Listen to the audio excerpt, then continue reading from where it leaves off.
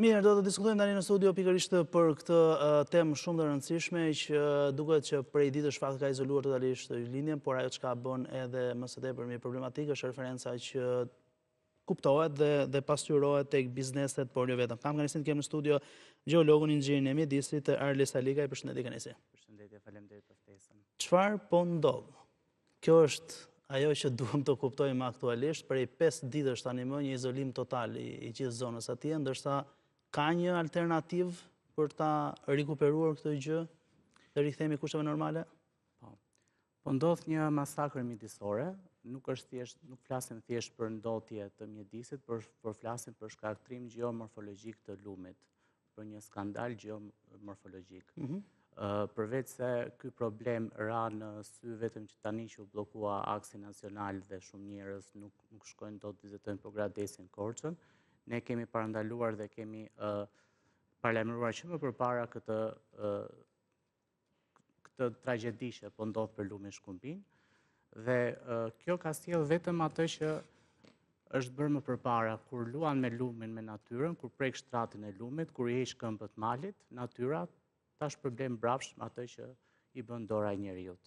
Dhe konkretisht, sipas informacioneve që nis me atë organizata që unë përfaqësoj, sepse ne kemi qenë vitin 2018 që merremi me aktivizëm mjedisor dhe vim të gjithë nga fusha e mjedisit, 3 kompani, siç është Al Building, ANK dhe 4AM, kanë leje për të marrë dhe të nxjerrë inerte. Ato kanë leje për 1 milion metër kub inerte nga lumi Shkumbin. Me këtë sasi mund të mbushën rreth 400 fusha olimpike dhe kontratat e tyre zgjasen deri në vitin 2027.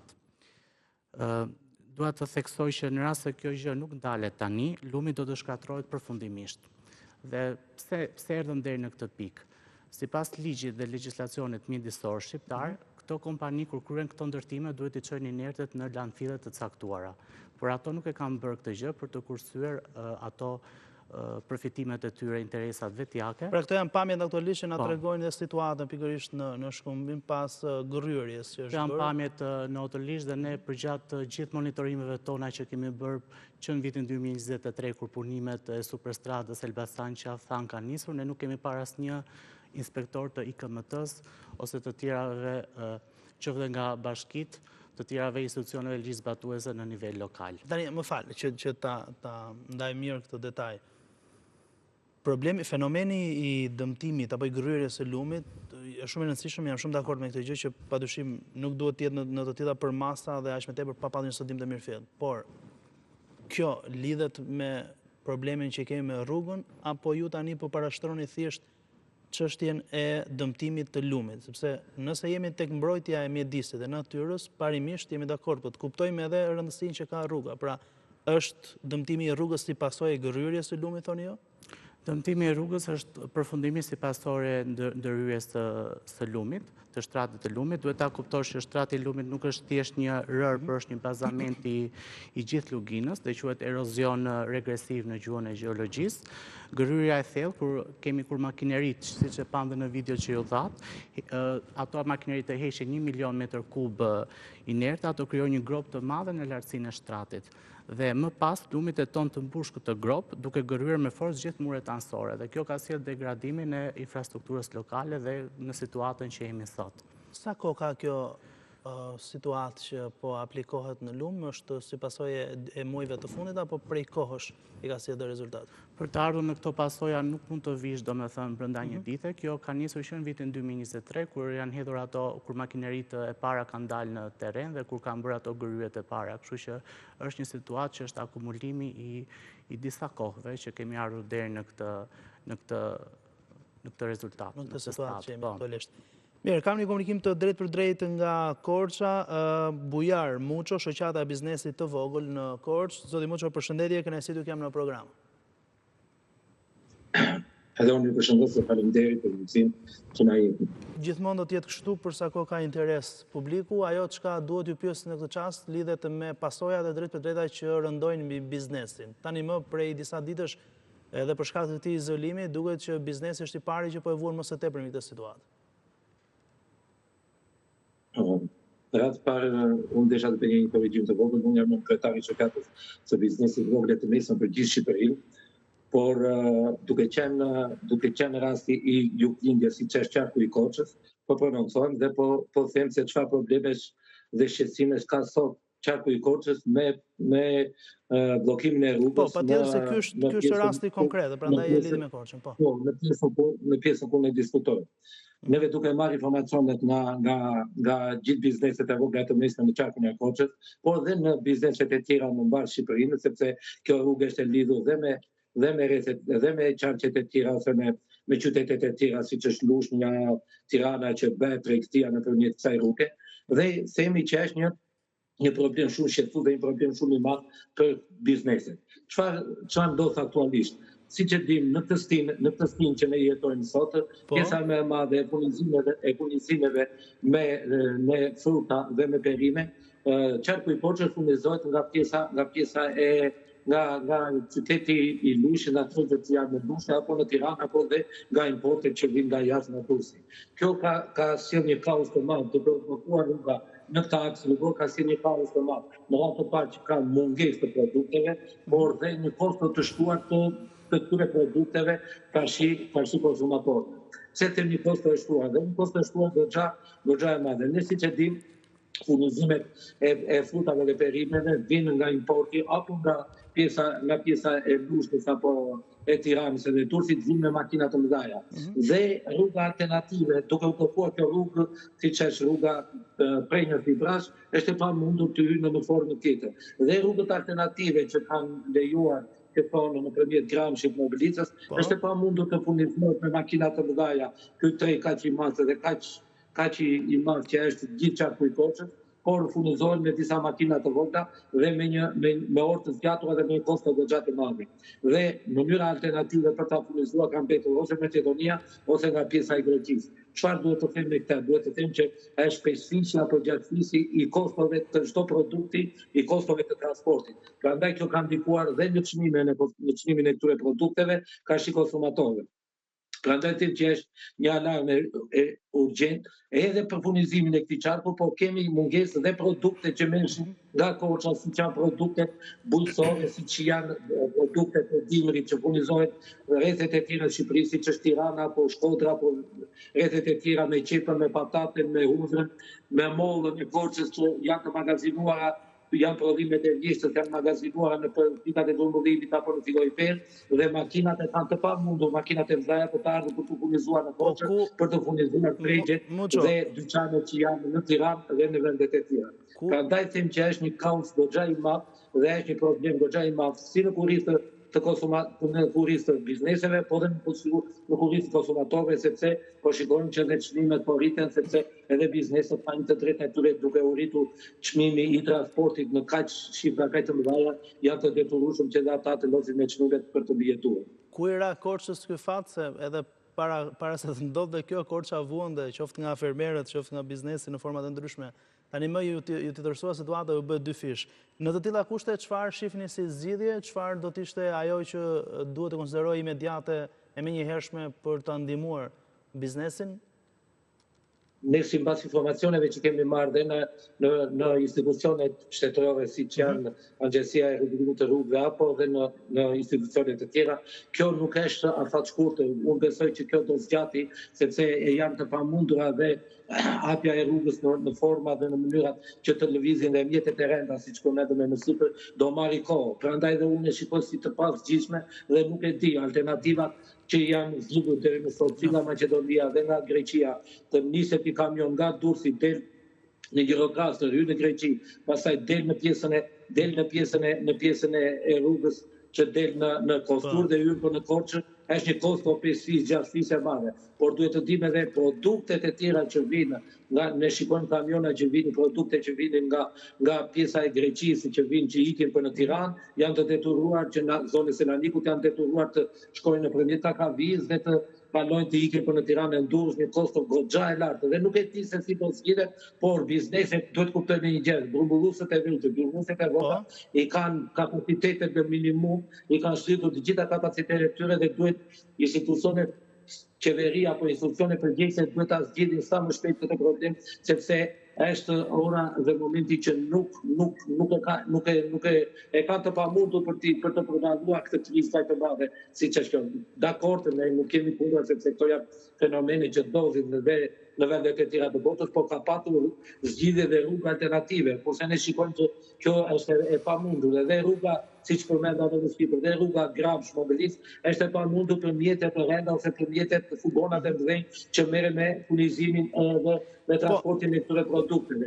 Atje ato rrugë janë projektuar për lëvizje të lira, për vetura ose për lëvizje shumë të gatata, jo për furnizimin e këtij tregi. Megjithëse ne në fakt përpoqem që të kishim edhe komunikim me kryebashkiakun e Korçës për të kuptuar edhe nëse kishim një projekcion sa i përket edhe dëmeve ekonomike nëse tip bilanci pak a shumë bilanci, kuptimin e projekcionit mëse tepërmi në kontekstin lokal, po një gjë të tillë ende nuk e kemi përfundimtar. Do rikthehemi prapë bisedën së bashku. Nëse më lejoni dhe mua të ndërhyj pak këtu, flitet për zonat e Korçës dhe sigurisht të tjera që janë të kryesore, por kemi haruar zonat e Librazhdit, fshatrat e hotelit. Patjetër, është e kuptueshme. Që në vitin 2023, kur ka qenë ekskavatori i parë në terren sipas aktivistëve tan, ato tokat bujqësore, tokat kanë rënë, fshatarët nuk kanë ujë të vaditur, tokat e tyre, domethënë është bërë një masakër vërtet mjedisore. Dhe fakti që tokat e fshatarëve bien, do thotë që lejet mjedisore nuk janë monitoruar dhe nuk janë zbatuar ashtu siç duhet. Dhe nuk është vetëm Korça, por janë dhe fshatra titra rurale e Librazhdit, është parku Shebenika Bllanic që është në UNESCO, janë mbi 17 lloje peshqish, të cilët nuk do të arrigjejnë me atë oksigjenin ose turbullirën e shkaktuar në ujë, sepse kur e fut një ujë në beton, është tamam si një kanal kullues që nuk e regjeneron, nuk e bën më veten siç ka qenë më përpara dhe është për t'u alarmuar. Mos themi pastaj që lumi Shkumbin është lumi më i gjatë në Shqipëri, nga Valamara deri në Adriatik, kështu që do preket detyrimisht dhe Bregdeti Durrësit nga kjo masakër mjedisore. Gjithashtu do të shtoja që ne kemi pasur dhe protesta të banorëve, cilat janë iniciuar nga ne, një fshat siç është Hotolishti të ndahet në dysh dhe të bëhet urë mbi lumin Shkumbin dhe të merret sedimenti, kjo është katastrofë. Kur ti mund të gjesh tunele, kur mund të gjesh mënyra alternative, nuk e pse prek malin, prishësh këmbët e malit për të respektuar biznesin ose restorantin e një të forti, më thënë janë bërë shkelje të rënda dhe ajo që ne shohim sot. Po pse thoni për të respektuar biznesin e një të forti? Kjo situata që ndodh atje për shkak të kësaj ndryrje? Doja të citoja diçka, sipas Agjencisë së Menaxhimit të Burimeve Ujërore, AMB-s, ajo thotë që nuk ka shkelje koordinatash, ndërkohë mjafton të shohësh rrugën e shëmbur dhe tokat e banorëve që bien në lum për të kuptuar se lejet janë dhënë pa llogaritur kostot mjedisore. Dhe më lëni t'ju jap një informacion të një lajm të fundit që vetëm sot pista e Formula 1 në Elbasan që ishte koston 183 milion euro dhe vetëm për argjenaturën e lumit Shkumbin që janë investuar 6 milion euro, do të thënë taksat e mia, taksat e tua, janë shëmbur, kanë rënë të gjitha në një ditë, kur këto shumë mirë mund të ishin investime në bujqësi, në spitale, në universitete, në të tjera gjëra. E gjitha kjo për shkak të neglizhencës dhe mos studimit konkret? Po, e gjitha kjo për shkak të kësaj gjë. Gjithashtu të gjithë personat që punojnë për këtë superstrat vijnë nga komunitete të vogla, siç janë Librazhdi, Prenjasi dhe ne e njohim njëri tjetrin. Dhe megjithëse ata kanë atë ndërgjegjjen qytetarëse mjedisore, ata vetë na raportojnë dhe na thonë që si kompanit i shikojnë gjërat në mënyrë të përgjithshme dhe nuk duan të respektojnë siç janë lejet mjedisore sepse janë kosto për ta dhe këtu nisen dhe abuzimet. Se mos e marrësh për shembull inerte sedimente, ti çosh në një landfill ku të trajtosh, por ti lësh ato në lum dhe më pas lumi fryhet dhe ndodh kjo që ndodhi me rrugën sot. Qartë, mirë, ne ka shumë për diskutuar kjo temë, do rikthehemi vetëm pas një hapësire të shkurtër për dedikimin që i bën marketingut dhe do vijojmë sërish bisedën në studio. Spas. Mirë, jemi kthyer sërish në studio, vjen të qëndrojmë në transmetim të drejtë për drejtë për të folur për problematikat që hasen kryesisht në dëmtimin e rrugës së bërë, ndërsa jam me inxhinieri për folur edhe më tej në tjera detaje, ndërkohë Alikaj për të kuptuar edhe atë çka ka ndodhur me rrugën, pse se sigurisht na intereson dhe këndvështrimi juaj profesional për të dhënë më tepër detaje dhe qytetarët janë më të qetë teksa dëgjojnë. Pse erdhi kjo situatë? Pra, dëmtimi i rrugës është bërë në atë fazë sa do dojë një kohë të konsiderueshme të rikuperohet dhe a rikuperohet më ajo rrugë, apo do të shkojmë drejt një rrugë tjetër alternative që edhe ndërtimi i saj me siguri do dojë ndoshta kohë të gjatë muaj apo vite, këtë nuk e dim. Po. Kam frikë, megjithëse dua të jem shpresdhënës që kur prek shtratin e lumit, kur devion lumi dhe kur prek ato shtrezat poroze që është sedimenti i lumit, rigjenerimi mund të marrë jo muaj, por mund të marrë vite. Dhe kjo nuk do jetë flasim për 6 muaj për 1 vjet, por mund të jetë për 5 vjet. Dhe realiteti është që kjo masakër mjedisore që është bërë lumit Shkumbin, ai nuk është në atë stad që mund të rigjenerohet vetë nga forcat e natyrës, sepse nuk ka marrë 2-3 gur ose zhavor, por ka marrë inerte, ka marrë sedimentin e lumit. Dhe situata është shumë kritike. Si rrugë zgjidhje, nuk e di se unë isha pak i zgënjur nga reagimi i ARSH-s që ja hidhte fajin rreshjeve të shiut, sepse ne e dim që kjo është propagandë e pastër në atë thelbin që e shohim në lupën e ekspertëve, dhe mund të jetë një zgjidhje që mund të jetë Via Ignantia, që është rrugë mbi 2000 vjeçare ndërtuar, por do marrë kohë dhe aty nuk mund të ndërhyet sepse është e pamundur. Është e pamundur, është mbrojtur nga UNESCO dhe ka për shkak të gjeologjisë dhe vlerave kulturore, kështu që mbetet interesante që kush janë ata që do mbajnë përgjegjësinë dhe për çfarë zgjidhje do t'i japin kësaj pyetje. Sepse askush nuk mban përgjegjësi për këtë babëzitje dhe për këtë masakër mjedisore që është bërë lumit. Muço, pa u dashur të tregohem pesimist, por nëse kjo periudhë kërkon një kohë relativisht kaq të gjatë, sikur se inxhinieri e thot, fati i biznesit atyre zonave andej është i tmerrshëm, se duke nisur që nga Librazh dhe Emerald, Pogradeci, Korça, jo vetëm Korça, po të gjitha është efekt zinxhir. Desha të prek në një aspekt tjetër, sipas parashikimeve që foli dhe eksperti i rrugës, neve u shtanga nga e gjithë kjo, sepse i gjithë ky qark është jo pak i rëndësishëm në aktivitetin e biznesit vogël të mesëm. Duhet të dim një gjë që qarku i Korçës ka 2 prioritete kryesore në zhvillimin ekonomik të saj. Ka bujqësinë dhe turizmin, sepse folëm çfarë për produktet bujqësore, po kemi një deficit të madh dhe në turizmin. Për sa i përket të gjitha aktivitetet që kryen në turizëm, siç janë hotelerit, barë, kafet, restorantet, po dhe të tjerat është brenda kësaj jave neve kemi të dhënat që janë shifra alarmante që bizneset nuk po operojnë fare dhe bizneset siç janë edhe hotelerit dhe restorantet, po dhe bar kafet, po dhe të gjitha janë në mungesë të klientëve të tyre dhe është e pamundur që këta të propagandojnë të gjitha kostot e tyre, sepse kostot janë goxha të larta si në taksa, si në tarifa, po dhe në mungesën e konsumatorit, ajo në çdo të thotë që këta do parlamentojnë. Dhe shikojnë sipas të penjeve që tha dhe eksperti inxhinieri që do jetë një kohë e gjatë, ne shpresuam që të ishte një zgjidhje emergjente mund të zgjate me ditë,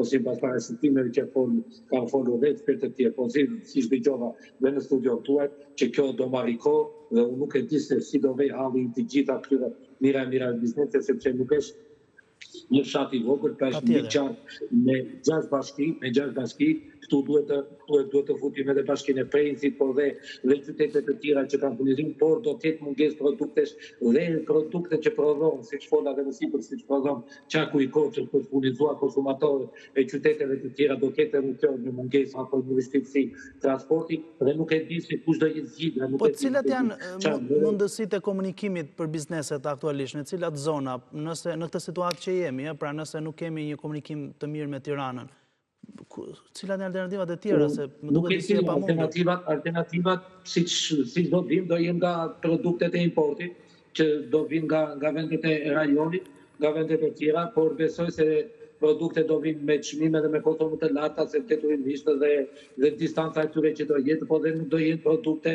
siç janë produktet bio të Korçës, siç është molla e Korçës, qepa e Korçës, hudhra e Korçës, sepse këto janë disa produkte të magazinuara, si fola dhe më parë, janë të magazinuar në stilin e vjeshtët për të dalë tani në tregë. Por do ketë një katastrofë të madhe të fermerëve të kësaj zone, të gjithë të qarku, sepse këto periudha prisin për të shitur këto produkte, i kanë mbajtur me muaj të gjatë, me muaj të tëra të magazinuara, apo dhe pikat e grumbullimit i kanë mbajtur me muaj të gjitha për të vjen në treg dhe nëse këto nuk dalin në treg sot, ahere sipas stimeve që vinë, siç vjen pranvera, këto janë produkte të pakonsumueshme, sepse patatja nuk konsumohet në verë apo në pranverë siç konsumohet në dimër, apo qepa. Kështu që do të thotë që këto produkte do mbeten stok dhe do detyrohen fermerët që t'i herin. Po neve kemi dhe mungesa të produkteve të tjera që furnizojnë qartë nipote dhe besoj se do të furnizim. Po do ketë mungesa që nga produktet e karburanteve, për shembull karburantet e tim se transporti që vjen që nga Durrësi, vjen me maune të mëdha me trale që janë të pamundra në të dyja rrugët alternative, si nga rruga e Sekës, po edhe nga rruga e Moglicës janë të pamundra për të hyrë tralet e mëdha për të sjellë karburantin. Nuk e di sa rezerva kanë këto pika që furnizojnë me karburant, por besoj se do të jenë në limitet e fundit. Por kemi edhe gjitha strukturat e pasonerisë që punojnë në qarkun e Kosovës që furnizojnë me produkte në lende të parë nga importi, që nga porti i Durrësit, po dhe nga të tjera. Ti zesh të gjitha aspektet, të gjitha sektorët, do kenë vështirësi dhe do kenë mungesa të pallogaritshme dhe teme ekonomike të pallogaritshme për biznesin. Dhe nuk e di, duhet të gjetet një zgjidhje institucione përgjegjëse, qeveria, apo nuk e di çfarë. Cila është thirrja juaj në këtë çast për qeverinë dhe për institucionet përgjegjëse për ta përmbyllur atë diskutimin së bashku, një thirrje drejt për drejt? Unë i bëj një thirrje të bëj një zgjidhje sa më të shpejtë dhe sa më urgjente për të dalë nga kjo situatë, sepse bizneset i kanë limitet e tyre, i kanë në fund, kapitalet e tyre i kanë në fund. Ti siç përmend edhe më sipër, në momentin që qarku i Korçës ka pasur probleme, fermerët, dektorët ka pasur probleme dhe të mëparshme, të mbartë. Me këtë goditje unë them që është goditja fatale për ta që do falimentojnë dhe do jenë katastrofë e madhe. Jo vetëm për qarkun e Korçës, por për gjithë Shqipërinë. Qartë. Më që të falenderoj shumë, uroj të bëhet më e mira në këtë situatë. Shpresojmë edhe unë të falenderoj të. Ndërkohë, Alikaj, nëse rikthehemi edhe diskutimit konkret për atë aks rrugor, ju thatë që disi koha do të jetë relativisht e gjatë, por nëse i rikthesht asaj alternativës të vjetër nga dje kemi paraqitur një grafik në fakt në ekran, rrugët e vjetra jo fort të mira, po edhe ato na përshtypje do duan kohë relativisht të gjatë për të përmirësuar apo investuar në atë drejtime. Që ta jap sa më skencerisht dhe që ta kuptoni, dua ta them me disa statistika. Rrjedhja mesatare e lumit Shkumbin është 61 metër kub ujë për sekond dhe ai është ndër një rrugë më eroziv në Shqipëri, sipas të dhënave të hidrologjisë. Transporton sasi sedimentesh mesatarisht 5.8 milion ton lëndë të ngurta në vit. Dhe ky është një tregues se shtrati i tij është të jetë dinamik dhe i ndjeshëm. Dhe që ne ta rregullojmë lumin, dua ta mbyll me një shpresë këtë pyetje që edhe për ata të shikues që na ndjekin, duhet të kuptojmë që është dhënë një leje që të merren rreth 1 milion metër kub inerte nga Shkumbini, pra sa 400 pishina olimpike. Dhe për të mos ta humbur komplet. Pra krahasimi që ju bëni 1 milion do thotë po bëni një krahasim paralel për të kuptuar qytetarët që rreth 400 për ta vizualizuar se sa e madhe është dhe por ka shpresë dhe si mund të bëhet kjo? Kjo mund të bëhet që të ndalet lejet mjedisore për këto kompani, sepse ka se aktualisht vijojnë ende dhe janë deri në vitin 2027, tre lejet që janë aktive. Dhe në rast se këto leje ndahet, lumi nuk shkatërrohet përfundimisht, sepse ti mund t'i hedhësh dhe mund t'i hedhësh asfalt, por ai prap do ta prish sepse do rregullosh shtratin e tij. Dhe në këtë mënyrë ka shpresë nga ana gjeologjike dhe geomorfologjike që ato rrugët që kanë qenë më përpara të krijojnë nyje për ta lidhur dhe për të gjetur zgjidhje alternative dhe për ta ulur dhe atë periudhën e pritjes, sepse ky është si një tumor, domethënë kur dikush parashikon prognozën ose jetëgjatësinë, si parandalohet kjo gjë duke frenuar ose duke luftuar në thonjza tumorin e kësaj gjë, që janë kompani që kanë abuzuar dhe kanë sjellë në këtë gjendje, që nuk kanë transportuar në landfille. Dhe këtu të gjitha institucionet duhet të jenë vigjilente, sepse vigjilenca është dhënë, sepse kjo është një situatë emergjence kombëtare, tani që janë bllokuar transporti, por për të shpërtuar atë pjesë të lumit që ka mbetur.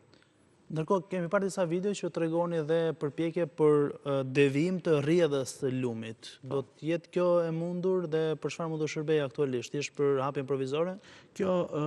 Kjo devijim që ishte edhe sot në media është një segment këtu, për shembull shohim një erozion që po merr shtëpi që në pamjen që sapo kaloi. Kjo rrjedhë është provizore, sa për të gjetur ato që ju përmendët pak më parë, rrugët e vjetra dhe për gjetur ato nyjen se si mund të bëhet kalimi përmes shkumbinit. Sepse e gjithë zona atje shkumbini është si artere e gjakut, ngadoj që ta rrotullosh, ngadoj që të shkosh, shkumbini do kaloj përmes tyre dhe duke qenë se ai tani po përpiqet në atë fazën e rigjenerimit që të rregullojë shtratën e sedimentet që janë marrë, që mund të marrë shumë kohë, duhen që këto leje që janë dhënë të rishikohen edhe të ndalohen. Këto pamjet çfarë tregojnë? Këto pamjet janë në hyrje të tunelit, në hyrje të Librazhdit. Këtu ka dëmtime? Apo ka dëmtime, se mund ta shohësh ngjyra e lumit është baltë e kuqe flak dhe nuk ka rënë shi ato ditë. Domethënë janë thjesht ato kompanitë që kanë bërë ato grëmime dhe po ti shikosh lumi nuk ka bimësi, nuk ka pemë, çdo gjë është marrë dhe aty janë thjesht në buzë lumit shef sedimente, shef domethënë inertet e hedhura dhe të mbledhura dhe shtrati duket i shkatëruar.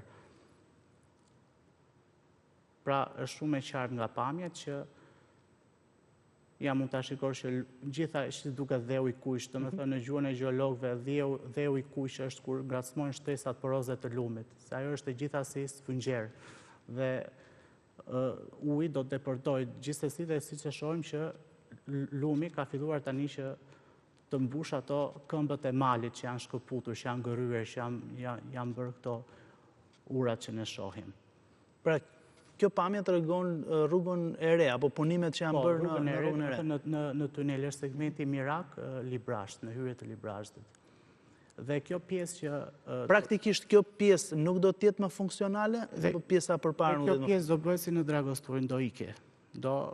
As kjo nuk është stabile, përveç pjesës së tunelit që është në mal, gjithë kjo pjesë, domethënë nuk jam optimist për atë që shoh, për atë që tregojnë studimet.